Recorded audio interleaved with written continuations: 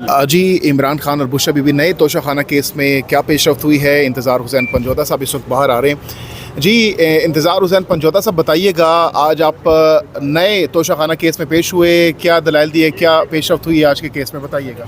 बहुत शुक्रिया आपका जी। आज तोशाखाना का जो ये चौथा केस है, इस सीरीज़ का चौथा केस है और नैब की जानिब से ये दूसरा केस है जिसमें हम अपीयर हुए हैं। और 13 जुलाई को जो इल्लीगल गैर कानूनी गिरफ्तारी बुशरा बीबी और इमरान खान की हुई थी उसको हमने चैलेंज किया था उस वक्त। तो ये केस पहले मुख्तलिफ बेंचेस से होता हुआ आज यहाँ पे पहुँचा। आज पहली मीनिंगफुल जो है इसके ऊपर हियरिंग हुई है।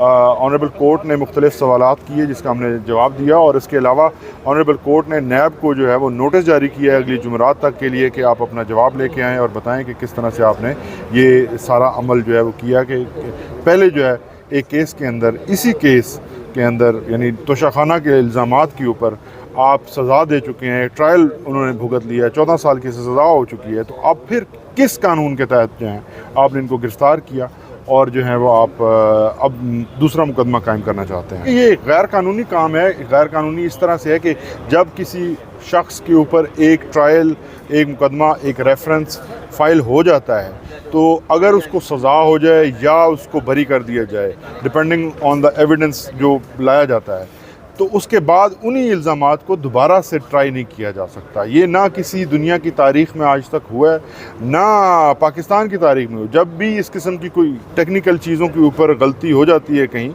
तो वो हमेशा अदालतों ने उसको जो नल एंड वॉइड डिक्लेयर किया, इलीगल डिक्लेयर किया। यहाँ पे गलती नहीं है, यहाँ पे बदनीति है। नैब की जानिब से सरीहन बदनीति है। 13 जुलाई को मैंने ख़ुद इमरान खान और बुशरा बीबी साहिबा की नैब अदालत के अंदर, जब हमारा अलकादर ट्रस्ट केस का ट्रायल था, वहाँ पे इस केस के अंदर उनकी दरख्वास्त ज़मानत दायर की थी, जहाँ पे वो दोनों मौजूद थे। जज साहब ने उस दरख्वास्त को सुनने से इनकार किया पहले, उसके बाद उनकी जानिब से सिर्फ नोटिस जारी किया गया। जब सिर्फ नोटिस जारी किया गया तो बाद में रिपोर्ट जब आई, 2 दिन का नोटिस आया, तो मंडे की रिपोर्ट में जब नैब ने ये कहा कि 12 तारीख को इनका वारंट निकलाया, उस दिन नैब के जो प्रोसिक्यूटर्स खड़े थे उनका रिकॉर्ड पे नहीं लाया गया, लेकिन अदालत के अंदर उन्होंने यही कहा था कि इसमें हम गिरफ्तारी नहीं करना चाहते। लेकिन चंद घंटों के बाद जो एपिसोड वहाँ पे जेल के अंदर हुआ और जिस तरह से उनको गिरफ़्तार किया गया, तो ये सब आपके सामने है। तो ये तमाम चीज़ें कोई आम चीज़ें नहीं हैं। यहाँ पे मखसूस जो चीज़ें अदालतें हैं, मखसूस लोग हैं, वो एजेंडे को ड्राइव करते हैं। अब अदालत की जानिब से मेरी अपनी वकालत में मैंने आज तक नहीं देखा कि दरख्वास्त ज़मानत दायर की गई हो, और अगर कोई पिटिशनर ये कह रहा हो कि मुझे जो है वो ख़तरा है, गिरफ्तारी का ख़तरा है, और सारी दुनिया को पता था, मुझे पता है उनको खुद भी पता होगा कि ख़तरा है गिरफ्तारी का, क्योंकि ये जिस तरह से बदनीति के साथ केसेस बनाए गए हैं, तो उसके ये होता ही नहीं है कि जज जो है वो कहें कि जनाब मैं आपको बेल नहीं देता।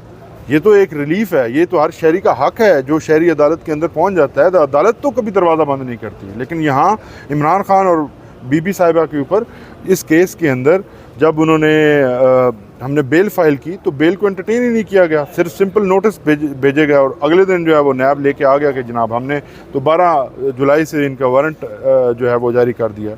तो ये सारी चीज़ें सीक्रेटली रखी गई हैं। अब अगर आपने इस कानून को इसलिए रख लिया है कि आपने सिर्फ़ और सिर्फ अपने सियासी मुखालिफिन के ख़िलाफ़ पर्चे काटने हैं और उनको जो है आपने जेलों में बंद रखना है, और हुकूमत तो बार बार जो है वो कह चुकी है, मिनिस्टर्स कह चुके हैं। मिनिस्टर्स का क्या लेना देना है जब नैब एक इंडिपेंडेंट इदारा है? तो नैब के अंदर उनकी कैसे इंटरफेरेंस है जब वो कह रहे थे कि हम हर हद तक जाएंगे और इमरान खान और को जो है वो जेल के अंदर रखेंगे? तो मिनिस्टर्स के पास क्या अख्तियार था और क्या उनकी एक्सेस है? मैं सवाल करूँगा कि वो कैसे जानते थे कि हमने रखना है और नैब ने रखना है? फिर तो आज मौजूद जज साहिबान की जानिब से क्या सवालात किए गए, क्या इस्तफसार किया गया? देखिए जी, वो ज़ाहिर है अब तो इनिशियल हियरिंग थी तो मुख्तलिफ जो फैक्ट्स हैं वो सामने लाए गए। हमारी तरफ से चार्ज शीट जो है वो पढ़ के सुनाई गई।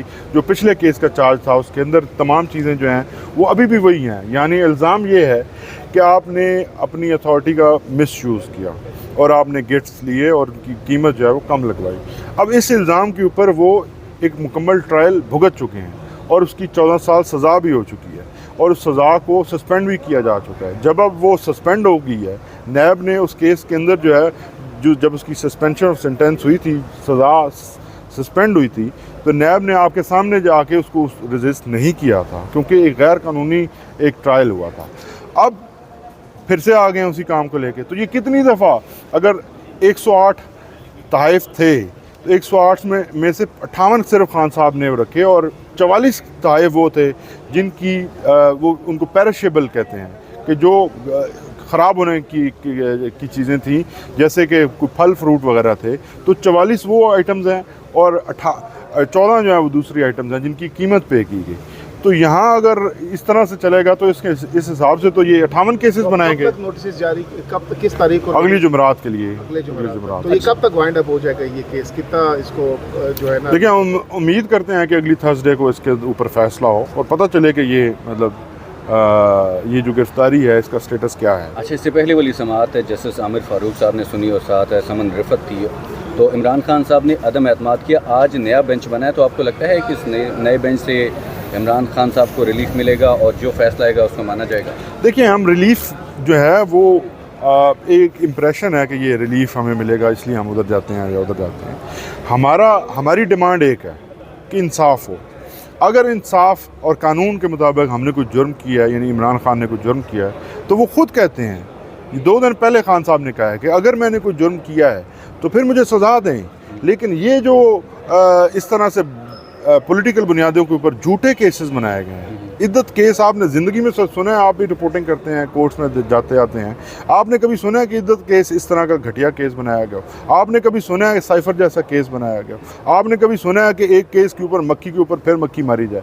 ये फिर वो तमाशा किया हुआ है। जब कंटेंट्स ख़त्म हो गए हैं, वो तमाम केसेस जो इतने उनके लिए ख़र्चा किया गया, प्रोसिक्यूशन महंगी तरीन की गई, इतने इंतजाम किए गए, जब वो ख़त्म हो गए, जब उसमें कुछ नहीं हो रहा। अब अलकादर का केस है, इसके अंदर जितने इनके स्टार विटनेसेस थे वो तमाम ने स्टेटमेंट्स दिए हैं जिसके अंदर खान साहब के ऊपर या बीबी के ऊपर किसी किस्म का कोई जुर्म नहीं बनता।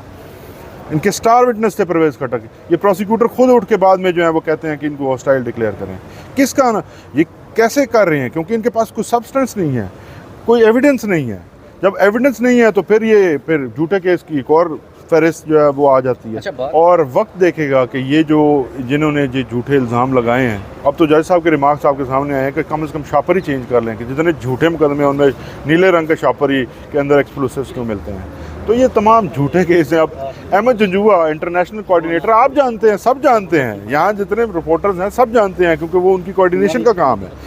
अब अहमद जंजुआ के ऊपर आप ये डालें और इंटरनेशनल जो आपकी बेइज्जती हो रही है, आपको तो अपनी इज़्ज़त का ख्याल है नहीं, क्योंकि आपने तो खाया पिया हज़म किया और चले जाना है। हमने इधर रहना है, हम इसी मुल्क के रहने वाले हैं, हमने इधर ही रहना है। तो कम से कम मुल्क की इज़्ज़त का कुछ ख्याल करें। इस किस्म के झूठे केसेस बनाकर तो क्या कर लेंगे? पहले आपने साइफर बनाया, अलकादर बनाया, आपने 109 मई करवाया, 9 मई के केस बनाए, तो ये क्या होगा इससे? बहुत बहुत